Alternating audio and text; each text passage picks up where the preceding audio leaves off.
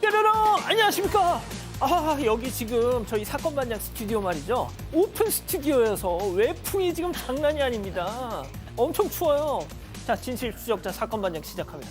자, 지난 19일 전남 광양의 한 아파트 5층에서 불이 났습니다. 집에는 3명의 여아가 있었대요. 엄마는 밖에서 집에 불 난 거 보고 6층으로 가서 베란다 타고 내려가서 결국 아이들 구해냈답니다. 자, 6층이면 인간이 가장 공포감을 느낀다는 그 높이였을 텐데 자식을 구하려는 모정 앞에선 조금도 문제가 되지 않았던 거죠.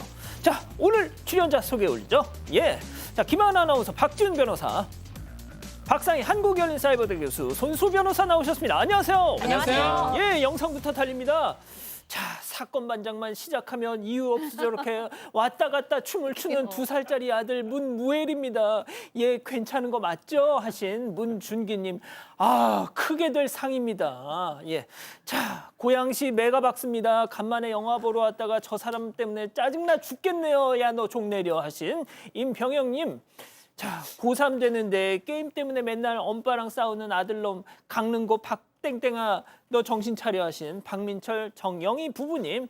자, 모두가 외면하고 나몰라라 할 때 저를 살려주신 시흥시 백옷 일동 양다영 주무관님 정말 감사합니다 하신 김유리님. 자, 군체대하고 정육점일 시작한 멋진 아들 이노성 다치지 말고 돈 많이 벌자 하신 정혜윤님 모두 사랑합니다. 재미는 물론 의리로 함께하는 아세사반 뉴스 755. 대한민국과 전 세계 동포 가족 여러분의 시선을 모아서 출발합니다.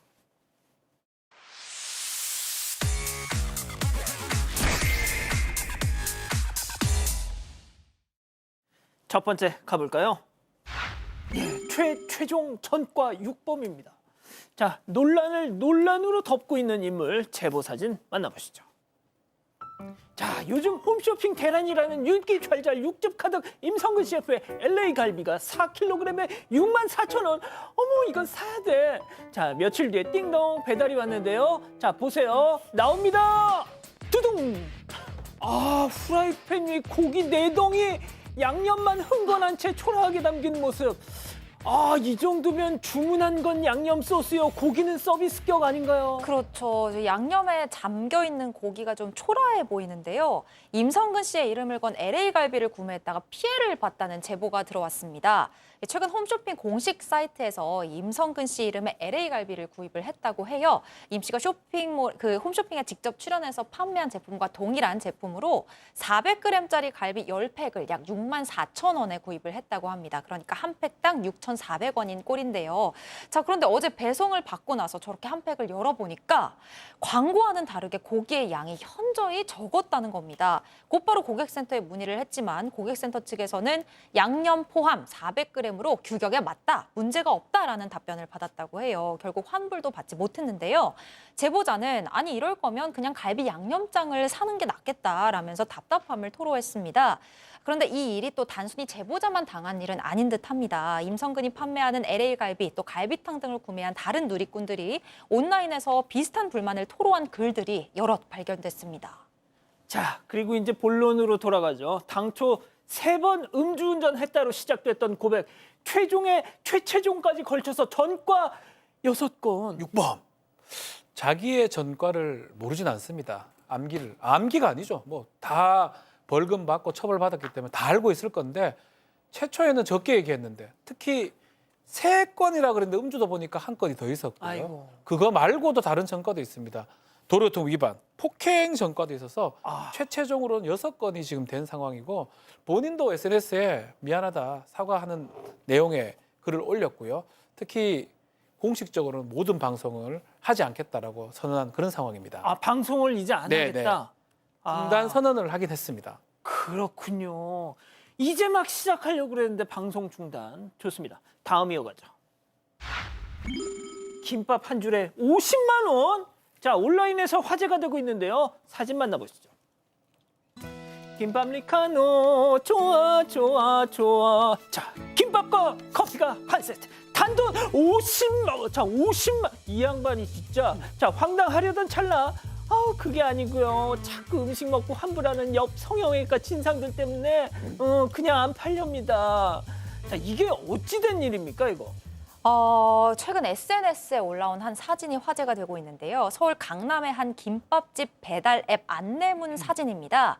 김밥 한 줄에 커피 한 잔 세트 메뉴가 50만 원으로 책정이 되어 있어요. 사실상 판매를 하지 않겠다 거부 의사를 밝힌 건데요.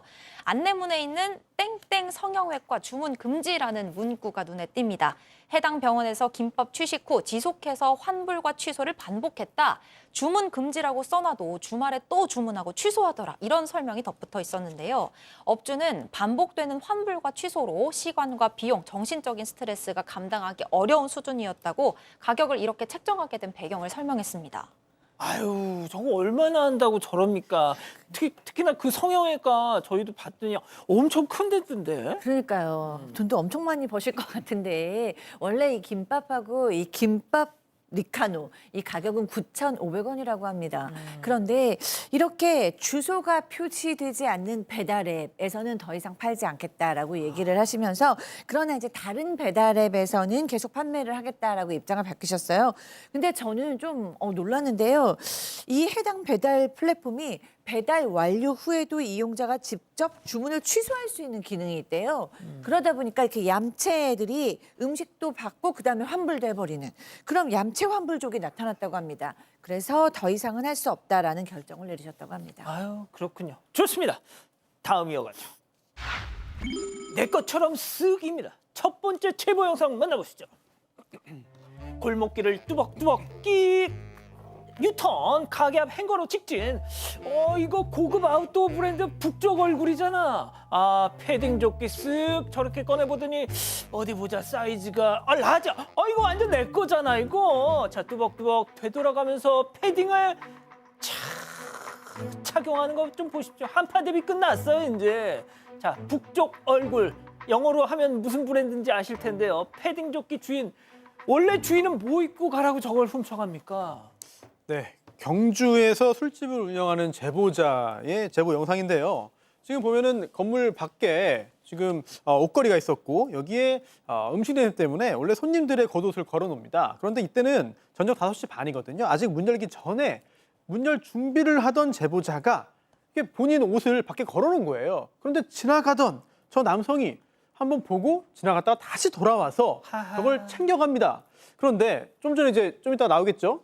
쓱 들고 가다가 자신의 패딩을 벗고 안에다가 입고 다시 자신의 패딩을 겉에 덮어서 입는 저게 몰래 가져가기 위해서 한 건지 아니면 정말 추워서 한 건지 또는 둘 다인지 모르겠지만 다 저렇게 영상으로 남았거든요. 바쁜 시간이어서 1시간 반쯤 지난 7시경에 제보자가 확인을 했고요. 이렇게 영상을 확인한 다음 경찰에 신고를 했는데 저게 패딩 조끼인데요. 가격이 한 30만 원 정도입니다. 그런데 가격이 문제가 아니라 선물 받은 옷을 저렇게 훔쳐가서 더 마음이 속상하다고 하고요. 결국 영업 끝난 다음에 저 옷 없이 춥게 집에 갈 수밖에 없었습니다. 뭐라고요? 춥게 집에 돌아갔죠. 외투 못 입고? 네. 세상에 그렇군요. 두 번째 제보 영상 만나보시죠. 자, 자정이 넘은 시각 불 꺼진 가게로 처벅처벅 망설임 없이 택배로 돌진. 상자 열어서 뒤적뒤적 하더니 놓여있던 그대로 원위치하고요. 물건을 훔쳐 달아나버립니다. 도대체 무엇에 쓰는 물건이고? 자, 저게 지금 가져간 게 있는데 치킨 소스 2통을 가져갔습니다. 아니 치킨도 아니고 치킨 소스요? 딴 것도 있는데 치킨 소스 2통만 맛있기도 하겠지만 그걸 가져갔는데 저게 자정 무렵입니다. 제보자가 식당 운영하고 있는데 택배가 도착하자마자 바로 와가지고 치킨 소스 2통만 가져가는 모습이거든요. 아마 밖에서 옆에서 기다리고 있다가 세상에. 택배 기사가 배달하자마자 가져가는 모습인데 일단 신고는 했는데요. 글쎄요, 안에 더 중요한 것도 있을 수도 있는데 소스 2통 그렇게 먹고 싶니? 이상합니다. 저도 모르겠어요. 그러니까요. 왜 그럴까요? 예. 자, 마지막 사연으로 가보죠. 청산 내역 보냈어. 자, 집단지성의 판단을 받아보고 싶으시다면서 제보해 주신 사연 함께 들어보시죠. 안녕하세요. 저는 세 자매 중 둘째이자 아이 둘을 키우는 40대 여성입니다. 저희 언니와 형부는 대기업에 20년 넘게 다니느라 연봉도 억 단위고요. 집도 2채, 차도 2대, 주식, 펀드, 재산 모두 억소리 나게 부유해요. 그 반면에 저희 부부는 남편도 평범한 회사를 다니고 저도 허드렛 일을 하며 한 달에 100만 원 정도의 월급을 받아서 생활하고 있습니다. 친구들은 부자 언니 있어서 좋겠다며 모두 부러워하는데요. 그런데 실상은 그렇지가 않습니다. 최근에 언니네 식구와 또 부모님과 함께 제주도로 여행을 다녀왔는데요. 언니네 회사에서 제공해준 숙소가 있어서 숙박비가 들지 않았습니다. 저도 고마운 마음에 디저트며 과일이며 이것저것 간식을 챙겨갔는데요. 그런데 여행을 마치고 돌아와서 언니에게 연락이 왔어요. 하은아, 저번에 제주도에 가져온 고구마 맛있더라. 이것저것 챙겨오느라 참 수고 많았다. 아이, 뭘 언니. 다음에 또 먹고 싶으면 얘기해. 또 챙겨갈게. 그래. 지금 카톡으로 너 그 우리 여행 경비, 인당 경비 계산해서 보냈어. 확인해. 아니, 언니. 아니, 뭐 이렇게나 많이 나왔어? 예. n분의 1로 하면 뭐 그렇게 많지도 않아. 니네 가족은 4명이니까 거기에 4배 곱해서 그냥 보내면 된다. 그래, 수고해라. 아, 제가 돈 잘 버는 언니한테 뭘 바라는 건 절대 아닙니다. 그렇지만 월 1,000 넘게 버는 언니가 월에 100만 원 버는 동생뿐 아니라 퇴직하신 부모님한테도 이렇게까지 칼같이 더치페이를 요구하니까 섭섭해요. 이렇게 서운한 감정이 드는 제가 잘못일까요? 자, 기다리고 기다리셨던 푸처 핸즈업 타임 6천여 분의 우리 가족 여러분들 채팅창에 OX로 함께 참여해 주시죠. 먼저 언니입니다. 야, 박하은, 너 제주 리조트 거기 1박에 얼마인지 알긴 하니? 그거 내가 부담했다. 애들 둘이나 끌고 와가지고 뭐 과일 좀 챙겨온 걸로 퉁치려고 그래. 야, 정신 차려. 그거 그지근성이야, 동그라미. 김하은 아나운서 들었어요? 아니요. 왜 손을 왜 그러고 있어? 아니요, 좋습니다. 다음 사연자 동생이 뭐 그지근성? 야, 박상희 그지 동생 둬서 창피하겠다. 야, 리조트 그거 니네 회사 복지 포인트라는 거 다 아는데 뭘 그렇게 또 유세야. 하다 못해 부모님한테는 받지 말았어야지. X입니다. 자, 손 변호사님. 네, 마지막 부분이 공감이 가요. 부모님 퇴직하셨거든요. 그런데 부모님한테까지 이렇게 다 똑같이 나눠가지고 청구를 한다? 이거 자체가 물론 처음에 그렇게 해서 약간 좀 본인이 좀 나중에 한 걸음 물러나서 다 부담하면서 좀 돋보이게 하는 건지 아니면 정말 다 칼같이 나눠가지고 받으려는 실제 청구인지는 모르겠습니다만 좀 기분 좋게 했으면 좋겠는데 이렇게 하는 것 자체는 즐겁게 놀러 갔다 와가지고 안간히만 못한 상황이 아닌가 싶어요. 자, 교수님. 네. 이게 맨 처음부터 미리미리 얘기가 돼서 이번에는 인당 뭐 1인당으로 계산을 하자 이렇게 됐으면 괜찮은 것 같아요. 근데 그게 아니라 그냥 이렇게 얼렁뚱땅 넘어갔을 때는 동생은 동생대로 부모님은 부모님대로 숙소도 그렇고 우리 큰애가 우리 첫째가 뭐 여유도 있고 이러니까 이렇게 잘 대접해 주는구나라고 생각해서 동생이 바리바리 막 싸들고 갔잖아요. 그런데 나중에 이렇게 딱 얘기를 하면 좀 서운할 것 같고 그래서 부자가 되셨다고는 하던데 좀 차갑습니다. 자, 김하은 아나운서. 저도 부모님한테까지 이렇게 다 더치페이로 걷어가는 것도 그렇고 사실 동생의 그 사정을 뻔히 알 텐데 동생한테도 이렇게 좀 너무 야박하다는 생각이 듭니다. 네. 아니, 저는 우리 박 변호사님이 어떤 말씀을 하실지 모르겠지만 저도 속으로는 동그라미를 들었습니다. 예. 예. 그리고 그지근성 이거는 제가 이제 이 상황을 좀 극화하려고 만들어낸 표현이지 실제 대화에서는 오가는 게 아닙니다. 예. 그거 빼겠습니다. 예. 그지근성. 그거는 저도 빼고 싶어요. 예. 성격, 성품의 문제입니다. 부자라고 해가지고 뭐 잘 베푸고 가난하다고 해서 잘 얻어먹고 이런 건 또 아니거든요. 그 성격이나 성품을 바꾸기에는 쉽지가 않고 아마도 동생은 매번 봤을까 어릴 때부터 그랬을 거예요. 갑자기 막 이렇게 하지 않거든요. 돈 많이 번다고 바뀔지도 않을 뿐더러 이게 불편하면 사실 여행 안 가는 게 맞아요. 이렇게 반복될 게 뻔하기 때문에 그리고 또 나중에는 또 어쩌면 또 본인이 좀 써야 될 때 있으면 또 쓸 수 있으니까 그때 또 기다려 보시든지 저는 이건 안 바뀔 것 같다는 생각이 듭니다. 예. 자, 우리 가족 여러분들 뭐라고 하십니까? 가족분들 황산 의원님도 그렇고 인선킴님께서도 그렇고 거의 대부분의 분들이 언니가 좀 너무하다는 입장을 말씀을 해주셨는데요.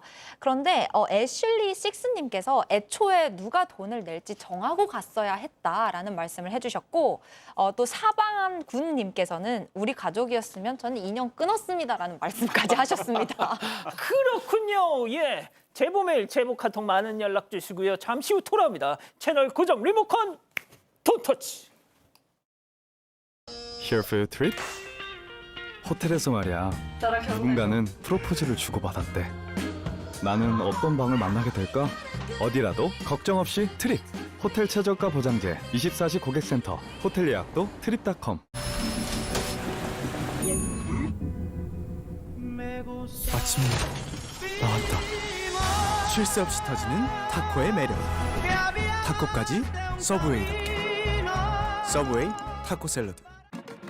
하나의 새로운 에멀전, 하나의 변화, 매끄럽고 탄탄하며 젊어 보이는 피부결은 고르게 정돈되고 2주 후 더 강력한 효과를 선사합니다. 새로운 뉴메홍 드 샤넬 레드 까멜리아 에멀전. Here for your trip? 호텔에서 말이야. 누군가는 첫 관객이 생겼대. 나는 어떤 방을 만나게 될까? 어디라도 걱정 없이 트립. 호텔 최저가 보장제 24시 고객센터. 호텔 예약도 트립닷컴.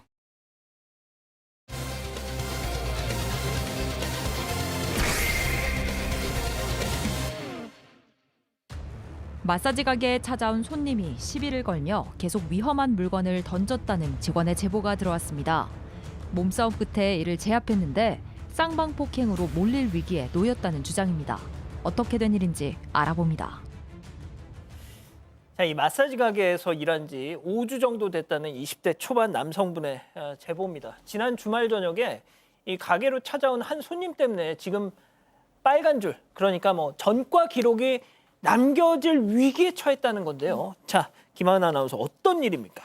네, 이 제보자 20대 초반이니까 사회 초년생이죠. 이 구인 사이트를 통해서 마사지 가게에서 일한 지 5주 정도 됐다고 합니다. 카운터에서 예약 전화를 받고 손님을 맞이하는 역할을 담당하고 있다고 하는데요. 지난 18일, 지난 주말 저녁이었습니다. 10시 40분쯤에 술을 마신 중년의 남성이 가게에 찾아와서는 대뜸 설명 안 해? 이러면서 반말을 내뱉었다고 해요. 설명 안 해? 네, 뭐 거기까진 그럴 수 있다고 생각해서 제보자가 아니 어떤 부분을 설명해드리면 될까요? 라고 하니까 손님이 왔는데 설명도 안 하냐? 너 알바냐? 단골인 나를 기억 못하는 거냐면서 화를 내기 시작했습니다. 저희 제작진과 대화를 하면서 이 제보자는 평소에 얼굴을 좀 잘 기억하는 편인데 정말 초면이었다. 일단 단골이라고 하니까 죄송하다고 사과를 했다라고 했는데요. 그런데도 이 손님은 인수인계도 안 하냐? 윗사람 나오라고 해라 억지를 부렸고 제보자가 죄송한데 많이 취하신 것 같으니까 오늘은 그냥 가시는 게 좋겠다 이렇게 응대를 하니까 급기야는 이 땡땡 영업을 뭐같이 하네 라면서 욕까지 내뱉고 이 상황이 점점 심해졌다고 합니다. 예, 이 마사지쇼 뭐 이상한 곳 아닙니다. 그런 뭐 생각하시는 그런 불법업소 아닙니다. 자, 들으신 것처럼 아버지 뻘로 보이는 손님이 얼큰하게 취한 것 같으니까 좋게 돌려보내려고 하셨대요. 그런데 말도 안 되는 시비를 자꾸 걸면서 급기야 이렇게까지 제보자 얘기 들어보시죠. 너 오늘 한번 해봐 하더니 111 버튼 누르고 전화를 하더라고요. 여기 뭐 불법 체류자 성매매업소 신고하려고요. 지금 바로 출동해 해주세요. 막 이러더라고요. 그러니까 이제 여자 그 경찰님도 좀 당황을 하셨을 느낌이었어요. 제 느낌에는. 예, 선생님 뭐 제대로 설명해 주세요. 뭐 이제 주소가 어떻게 되시고 뭐 정확히 어떤 부분을 신고하시는 거예요? 그래. 여기 어디야? 하면서 야 어디냐 여기 뭐 경찰 선생님한테도 반말하는 것 같더라고요. 그래서 저거 완전 X구나 생각을 했죠 속으로는. 그리고 그럼 저렇게 그래 차라리 신고하고 그냥 돌아가라. 아니 여기 단골이라면서요. 이게 제보자 얘기 따르면요. 사실은 욕설을 먼저 하니까 실제로 이 제보자가 먼저 신고를 하려고 했고 또 신고하니까 본인이 이제 신고를 하면서 이제 이 손님입니다. 신고를 하면서 여러 가지 얘기를 합니다. 뭐 성매매, 미성년자, 불법 체류자 등등의 얘기를 했다라고 합니다. 만약에 그 얘기가 맞다면 거기 단골이었다던 자기는 뭡니까? 그렇죠. 똑같죠. 범죄가 될 수도 있는 거잖아요. 제보자 입장에서는 뭐 경찰이 와도 사실대로 얘기하고 그래서 또 위에 또 상황도 보고를 했다고 해요.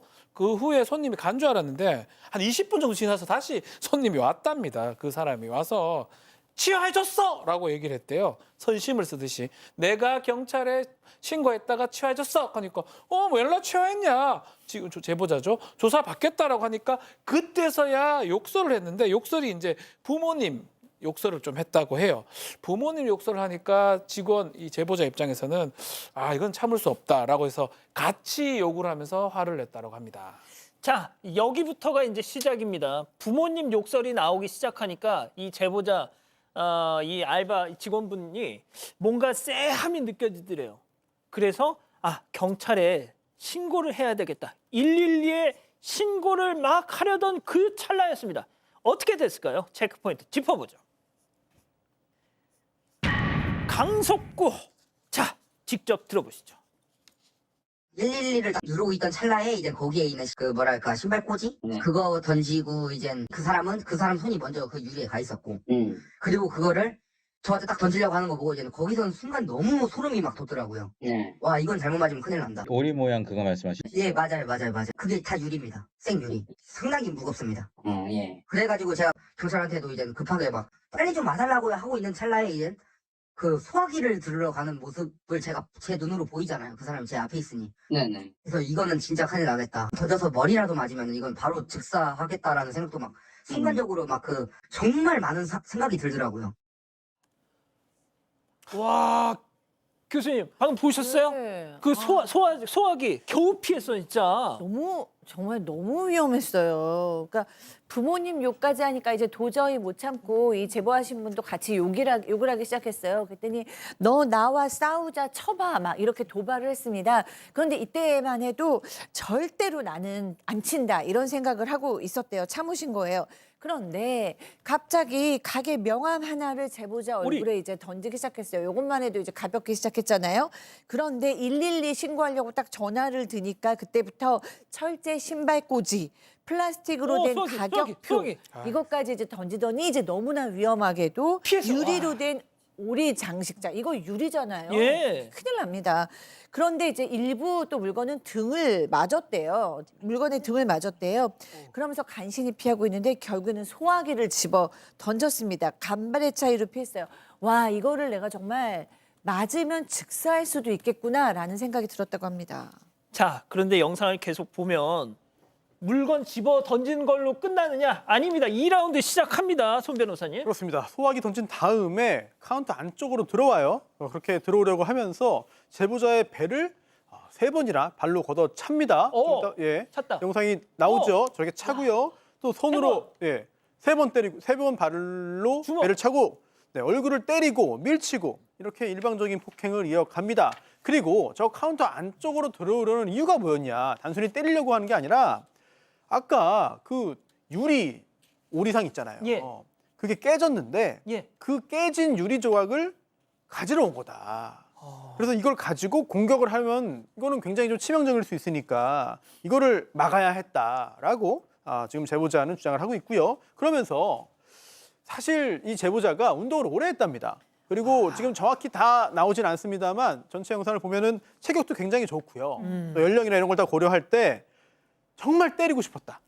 네, 정말 때리고 싶었다. 그런데도 나는 자 보세요. 네네. 손 변호사님 제압했어요 지금. 네, 저거는 제압을 했는데 그 전에 이제 의자를 집어들어가지고 때리려고 하니까 이건 도저히 안 되겠다 싶어가지고 최소한의 방어를 했다는 거죠. 주먹으로 때리거나 발로 찬 게 아니라 나는 막다가 저렇게 옷을 붙잡아서 넘어졌고 손님이 그 후에 제압을 했다. 이렇게 제보자는 이야기하고 있습니다. 자, 가족 여러분들 이제 이걸 영상을 저희가 이제 오늘 준비한 이유가 있습니다. 일단 보시면서 다들 좀 생각해 보세요. 내가 저 상황이었으면, 내가 저 청년의 입장이었으면 어떻게 했을까? 맞고만 있었을까? 최소한의 방어를 했을까? 아니면 나도 맞불을 놨을까? 자, 김하나 아나운서, 나도 맞았다. 아주 레파토리. 그렇죠. 이런 상황에서 꼭 나오는 게 바로 쌍방폭행이다. 나도 맞았다 이거죠. 제보자분이 손님이 나를 쌍방폭행으로 고소할 거란 얘기를 들으셨다고 해요. 이 손님을 확실하게 제압하지 않으면 내 생명이 위험할 수도 있다는 생각에 제압을 한 건데 이게 진짜 쌍방폭행이라면 너무나 억울하다라고 호소를 했습니다. 이 제보자가 CCTV 영상도 이 다각도에서 촬영된 걸로 여러 개 이제 보냈는데요. 이것도 바로 그 정당방위라는 결백을 좀 증명하기 위해서였다고 하고요. 제보자는 이런 의문을 제기합니다. 이 상대방의 공격을 막기 위한 최소한의 방어 행위가 쌍방폭행으로 인정이 된다면 그럼 생명의 위협을 받는 상황에서도 그냥 막고만 있으란 거냐 이런 의문을 제기했어요. 이 본인의 행동이 객관적으로도 정당방위에 해당하기 어려울 정도 그러니까 쌍방폭행으로 볼 여지가 있는 행동인지 다른 사람들의 의견도 들어보고 싶다고 하십니다. 자, 제보자께서는 내일 경찰 조사를 받으러 간답니다. 자, 두 분 변호사님이 좀 이거는 뭐 각자의 의견을 좀 말씀 주셨으면 좋겠는데 자, 박 변호사님. 일단 저는 정당방위 될 가능성이 커 보이거든요. 아, 진짜요? 영상으로 봤을 때는. 정당방위가 자기 또는 타인의 법에 대해서 현재의 부당한 침해를 막기 위한 상당한 행위. 그러니까 현재 부당한 침해 맞죠? 내 법익에 대해서. 그렇죠. 다만 상당한 그 뒷부분에 이제 공격을 다시 가하는 모습이에요. 끝난 것처럼 아직 제압을 했는데도 더 하는 모습이 있거든요. 저 부분이 조금 걸리긴 한데 저는 더 눈여겨봐야 될 부분이 뭐냐 하면 예. 최초에 막 물건 던지는 게 상당합니다. 그게 만약에 소화기. 뭐 주먹으로 한다 그러면 싸움으로 볼 수도 있지만 위력이 되게 큽니다. 저 지금 던지는 게 소화기까지 던지거든요. 저 정도로 균형이 완전 잃어버린 공격이라면 본인이 하는 건 최소한의 방어라고 보는 게 맞는 것 같고요. 저 영상이 다 어필이 된다 그러면 저는 정당방위가 될 가능성이 뭐 최근에 와서는 좀 정당방위가 좀 많이 되거든요.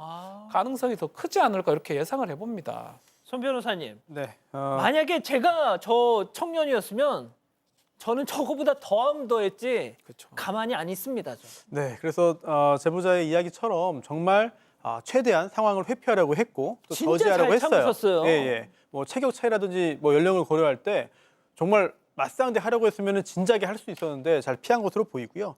정당방위 인정 가능성 상당히 높아 보입니다. 그래서 방어 행위여야 하고 또 방위 의사가 있어야 되는데 영상으로는 상당히 보이고요. 그리고 또 제압한 후에 이제 보복성 공격을 하면 잘 막아놓고도 정당방위 인정 못 받는 경우가 있거든요. 그런데 전체 영상을 이게 전체를 보면은 제압한 후에 공격으로는 보이지 않고 어떤 각도에서 보면은 공격 아니야라고 딱 잘라서 보면 그게 느껴지는 부분도 없지 않지만 지금 저것도 자기 스텝에 꼬여서 넘어진 거잖아요. 네. 근데 전체 맥락을 보면 더 이상의 공격을 막기 위해서 진정시키는 것으로 해석될 가능성이 상당히 높아 보입니다. 영상이 있기 때문에 저는 충분히 이거 영상을 보여준다면 경찰에서 적극적으로 판단하지 않을까 이렇게 예상을 해봅니다. 예, 진짜 우리 가족 여러분들도 이걸 뭘 따지고 있어요. 당연히 정당방위지 그냥. 그러시네요. 자, 첫 번째 사건 정리하고요. 두 번째 이어갑니다.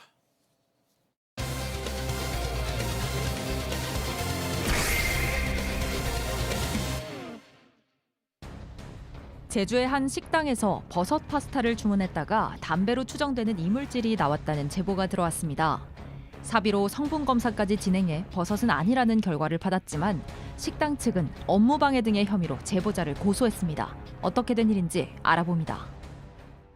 예, 지난해 9월 제주도 여행 중에 한 식당에서 있었던 일에 대한 제보인데, 자 교수님. 네, 여자친구와 제주도 여행을 간 제보자는 그때쯤 버섯 요리에 빠져 있었다고 합니다. 그런데 제주산 버섯으로 만든 크림 파스타가 있다. 너무 맛있다라는 정보를 알게 됐어요. 그래서 그 식당을 찾아갔습니다. 그래서 스테이크와 그 크림 파스타를 시켜 먹었어요. 너무 맛있게 먹고 있는데 갑자기 3분의 2 정도 먹었을 때 처음 맛과는 탁 틀린 이물감과 함께 이상한 맛이 느껴졌다고 합니다.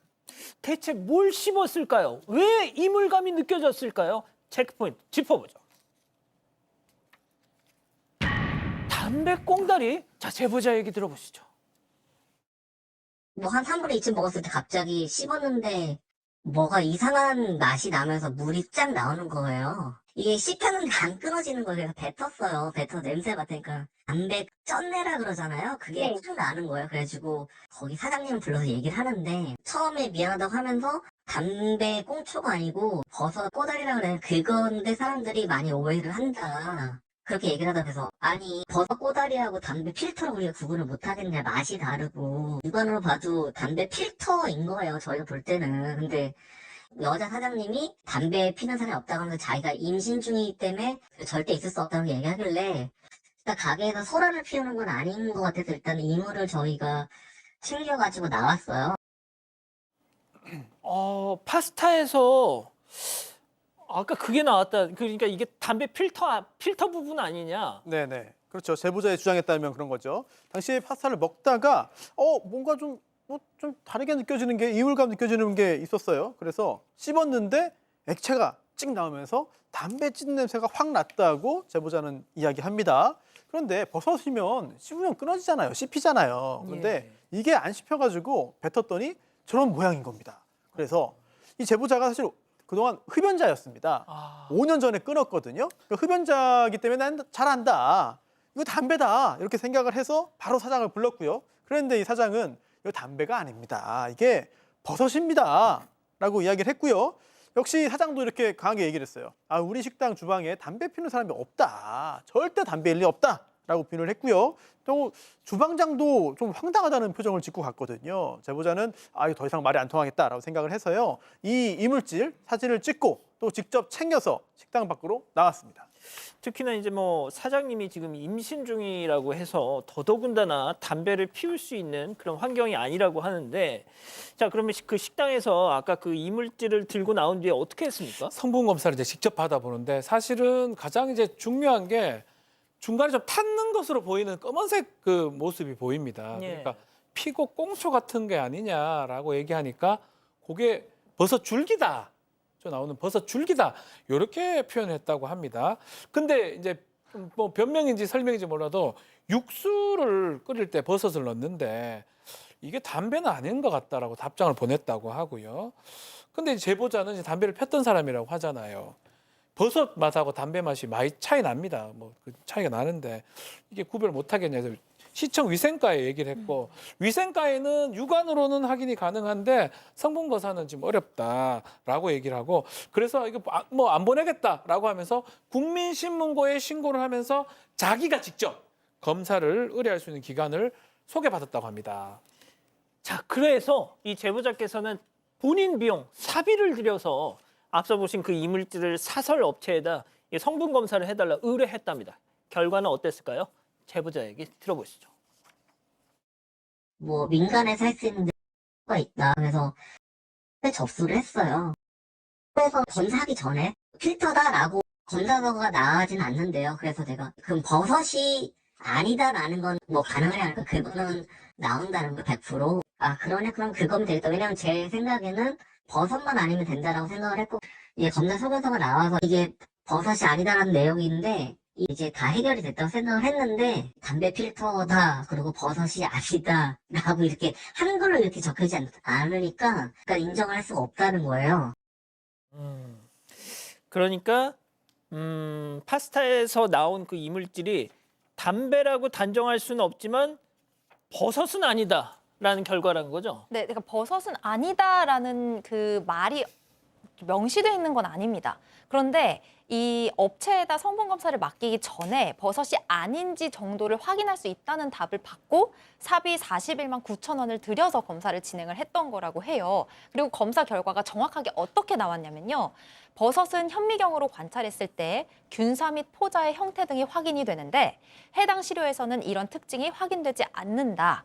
매칭 결과 해당 시료는 셀룰로스 아세테이트 계열로 확인이 됐다. 따라서 본 시료는 셀룰로스 아세테이트 계열과 유사한 화학적 결합 구조를 갖는 물질로 추정이 된다. 정확히 이렇게 나온 겁니다. 그러니까 이제 그게 버섯은 아니다라는 문구는 내용인 없었지만 거죠. 버섯은 아닌 거잖아요. 그렇죠. 나는 문구는 없지만 버섯이 아닌 게 확실한 거죠. 그런데 심지어 이 제보자가 이제 본인이 이제 스스로 확인을 한 바에 따르면 결과지에서 말하는 이 셀룰로스 아세테이트라는 성분이 주로 담배 필터에 많이 사용되는 재질이라고 합니다.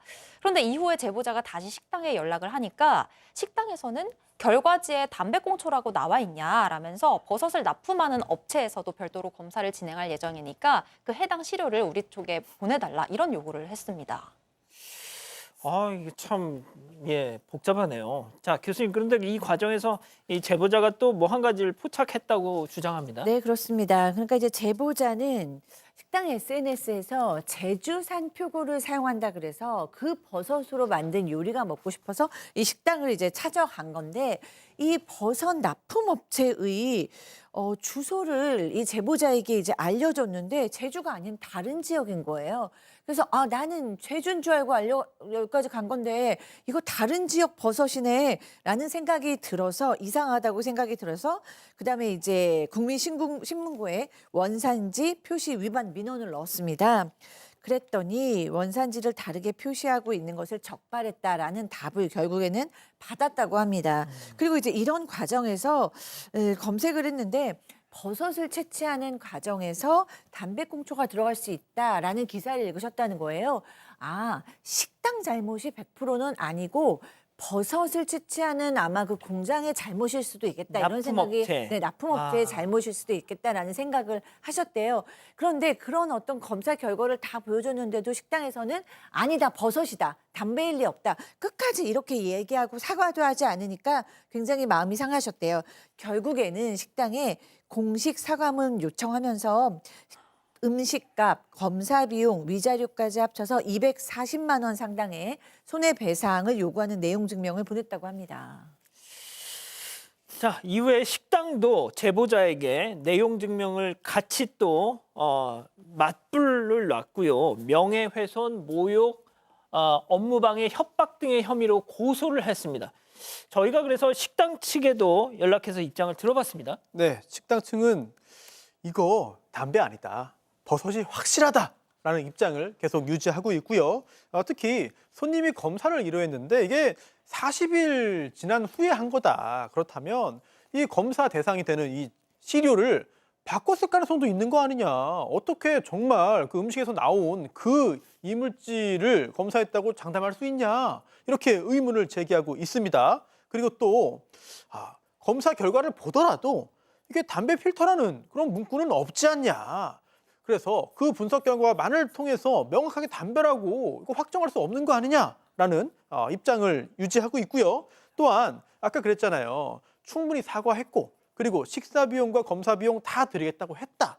그런데도 불구하고 손님이 그렇게 할 거였으면 애초에 이렇게 안 했다라는 취지로 말하면서 위자료 200만 원을 추가로 요구했기 때문에 이거는 들어줄 수 없다는 거예요.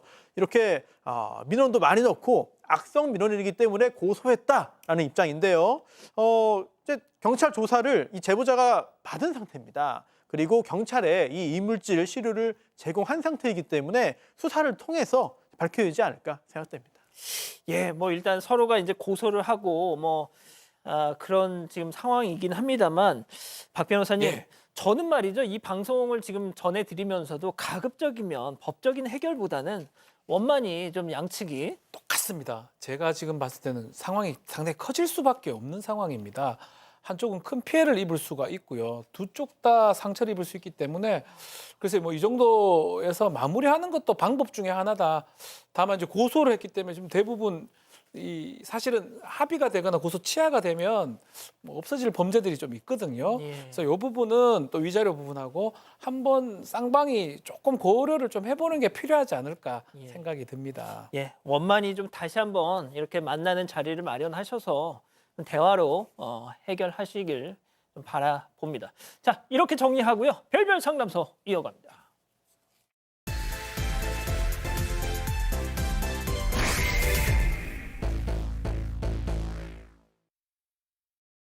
예, 오늘은 평생 아들을 찾아 헤맸다는 사방 가족분의 제보네요.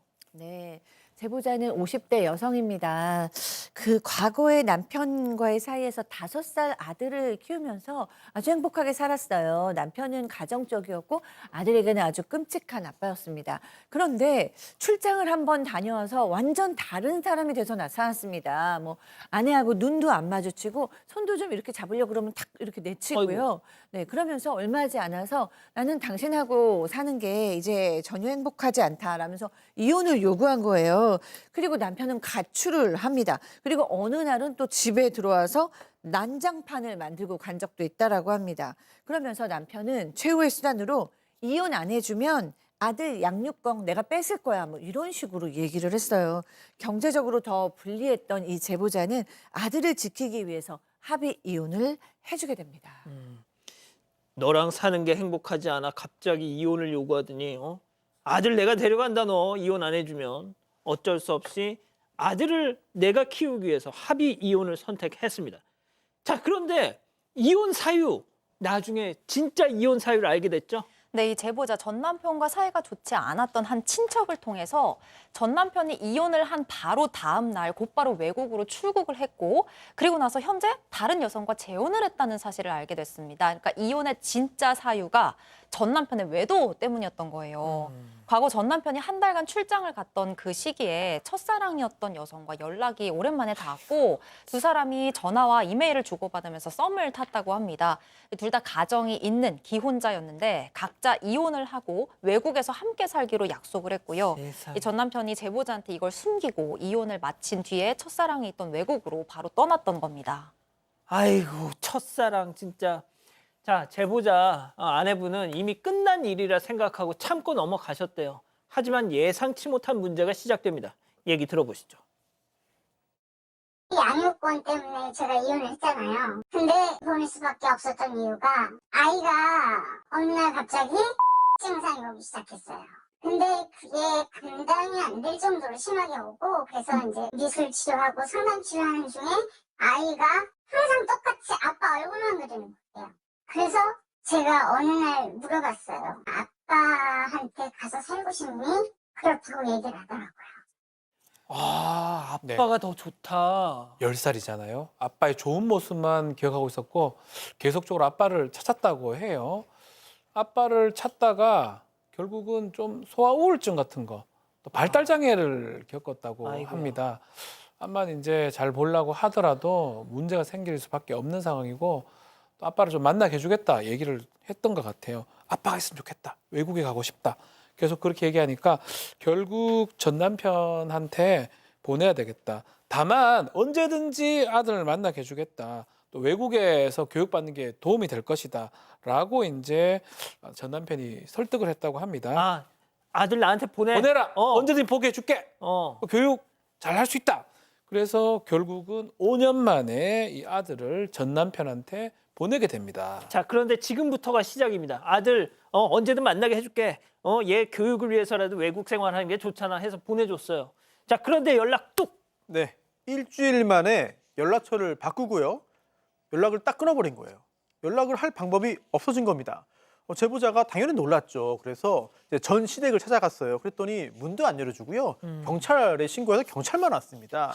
자, 그 후에 너무 답답하니까 전 남편이 살고 있다고 하는 그 외국까지 직접 갔습니다. 아이고요. 네, 그런데도 아들을 찾지는 못하고 돌아왔는데요. 그 후에 5년이 흘렀습니다. 5년 후에 어제 지인을 통해서 전 남편의 근황을 듣게 됐습니다. 놀랍게도 첫사랑이라고 하던 그 여성 상간녀와는 헤어졌고요. 다른 이혼녀와 또 3번째 결혼했다라는 와우. 소식을 들었는데, 그 과정에서 아들의 SNS 계정까지 알게 됐습니다. 그래서 메시지를 보냈어요. 그리고 답도 왔습니다.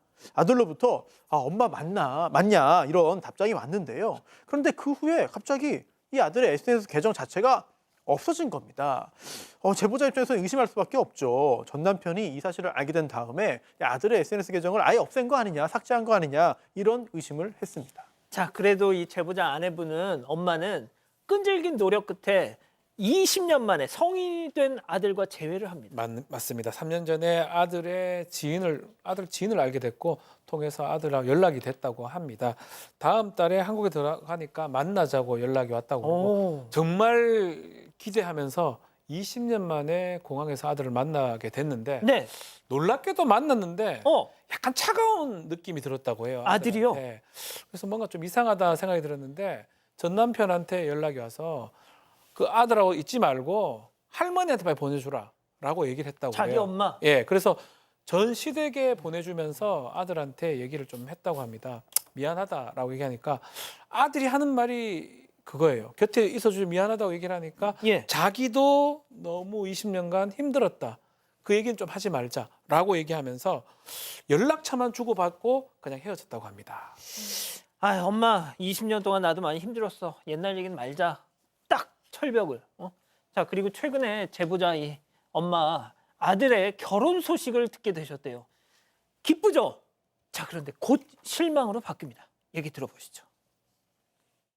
얼마 전에 제가 내년에 결혼하게 됐어요. 간단하게 결혼식 할 것 같다고. 그러면서 그냥 안녕히 계세요 그러면서 끝이에요 그걸로. 그 사람들이 참 인생을 기만하고 살고 있는 게 뭐냐면 거기서 자기네들이 지은 가정이라는 거를 숨기고 우리 애도 자기가 낳고 그렇게 완벽한 가정인 것처럼 해서 살고 있대요. 자, 일단 먼저 결혼식 얘기부터 해보죠. 결혼식을 하게 됐다고 아들이 소식을 전해왔는데 언제 어디서 결혼을 하는지는 알려주지를 않는 겁니다. 제보자가 나도 결혼식에 가면 안 되겠냐라고 물으니까 이 아들은 당황을 하면서 아버지가 반대를 한다는 얘기를 해요. 알고 보니까 이 전 남편이 아들에게 친엄마는 절대 오면 안 된다. 널 키워준 새엄마에게 미안하지도 않냐면서 강하게 좀 막아섰다고 합니다. 그런데 이렇게까지 반대를 하는 이유가 따로 있었던 겁니다. 이 전 남편 부부 지금 외국에서 살고 있죠. 각자의 재혼 사실을 숨기고 초혼인 척 살고 있었고 제보자의 아들도 마치 두 사람 사이에서 태어난 친자식인 것처럼 꾸며왔다고 합니다. 거짓말을 한 사실이 들통날까 봐 제보자를 초대하지 못하게 했던 게 아닐까 싶은데요. 이 제보자는 아들이 나를 멀리하는 것까지는 이해를 한다. 하지만 이 상황을 이렇게 만든 그 남편만은 도저히 용서를 할 수가 없다. 이런 말을 전했습니다. 자, 손 변호사님. 네, 사실 전 남편이 연락처 바꾸지 않고 수술 교류만 있었어도 이렇게까지는 되지 않았을 텐데 결국 제보자 입장에서는 시간을 참 되돌리고 싶은 그런 후회스러운 결정이 아닐까라는 생각이 들어서 저도 마음이 굉장히 좀 무겁고요. 만약에 미성년 상태였다면은 국내에 있었다면 여러 가지 조치를 취해가지고 다시 찾아오거나 이렇게 할 수 있었을 테지만 이미 시간도 많이 지났고 당시 외국이었기 때문에 그런 조치를 취하지 못하고 시간만 간 굉장히 안타까운 상황이라고 볼 수 있겠습니다. 자, 교수님, 뭐 정리를 좀 해주시죠. 네, 일단 뭐 남편의 배신도 그렇고 아이를 보내면서 그 아이를 20년 동안 기다리면서 엄마의 마음이 얼마나 아팠을까라는 생각이 듭니다. 저는 이 아들이 이 철벽을 치는 게 정말 엄마가 밉거나 무시해서는 아닐 것 같아요. 이 아이가 외국에서 이방인으로 살면서 생존을 위해서 아빠한테 아빠 말을 들을 수밖에 없고 또 엄마를 그리워하지만 아빠로부터 버림받았던 아이잖아요.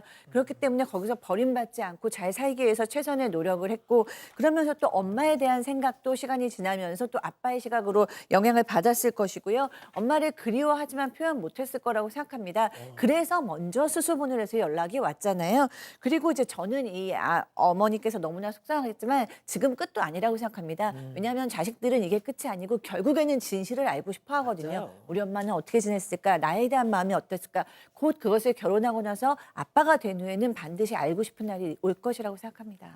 그렇군요. 자, 별별 상담소 이렇게 정리하고요. 글로벌 픽 이어갑니다.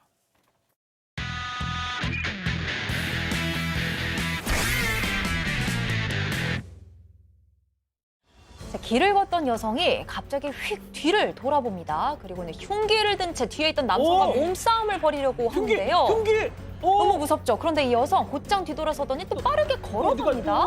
그리고는 주변에 있던 행인들을 향해서도 저 흉기를 휘두르는데요. 길가에서 난동을 부린 여성은 택시를 타고 도주하려다가 출동한 경찰들에게 바로 붙잡혔습니다.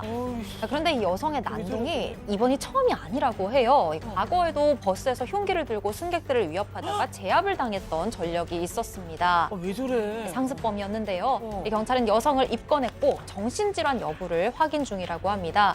많은 사람들을 위험에 빠뜨린 만큼 철저하게 조사하고 확실하게 법적 조치를 취해야 할 것 같습니다. 다음 이어갑니다. 한 손으로 머리를 짚은 남성이 고온이 단잠에 빠져 있습니다. 잠시 차를 세우고 휴식을 취하는 모습처럼 보이죠? 멈춘 거죠? 놀랍게도 차는 잠깐만. 도로 위를 쌩쌩쌩 달리고 있는 상태였습니다. 차가 계속해서 움직이고 있는데요. 남성은 같은 자세를 유지한 채 깊이 잠든 모습입니다. 그렇게 한참을 달리던 중 차는 점점 통제력을 잃고 도로를 벗어나기 시작합니다. 덜컹거리는 충격에 그제야 잠에서 깬 남성. 황급히 운전대를 잡아오지만 때는 이미 늦었습니다. 그대로 전복이 되고 맙니다. 그렇지만 이 남성 별다른 부상 없이 차 안에서 빠져나올 수는 있었습니다. 눈꺼풀이 천근만근 무거울 때는 쉬자 쉬어 좀 자라 여기서 말고 딴 데서. 다음 이어갑니다. 차도의 한 남성이 어딘가로 급히 뛰어갑니다. 남성이 향한 곳에는 아이들이 있었고요. 아이고! 앞선 상황으로 다시 한번 돌아가 보겠습니다. 화창한 하늘 아래 차를 몰고 가는 남성, 속도를 줄이면서 갓길에 멈춰서는데요. 네. 그 이유는 바로 갑자기 차도로 튀어나온 아이고. 두 아이 때문입니다. 오. 남성은 황급히 차에서 내려서 아이들에게 달려갑니다. 주변을 달리던 차들을 향해서 주의하라는 손짓을 주기도 합니다. 두 아이를 번쩍번쩍 안아든 남성, 빨리 안아라. 아직 예, 안 와? 안전한 지금 곳으로 걸음 옮깁니다. 황당한 것은 아이들의 가족은 아이들이 사라진 사실조차 전혀 알아차리지도 못했다는 겁니다. 아이들을 구조한 남성에게 평생 고마워해야겠네요. 그러니까요, 교수님. 멋있습니다. 그러니까요. 좋습니다. 예, 살아가는 사건 반장 가족 여러분, 저희는 내일도 4반 750 저녁 7시 50분에 다시 옵니다. 안녕히 계십시오.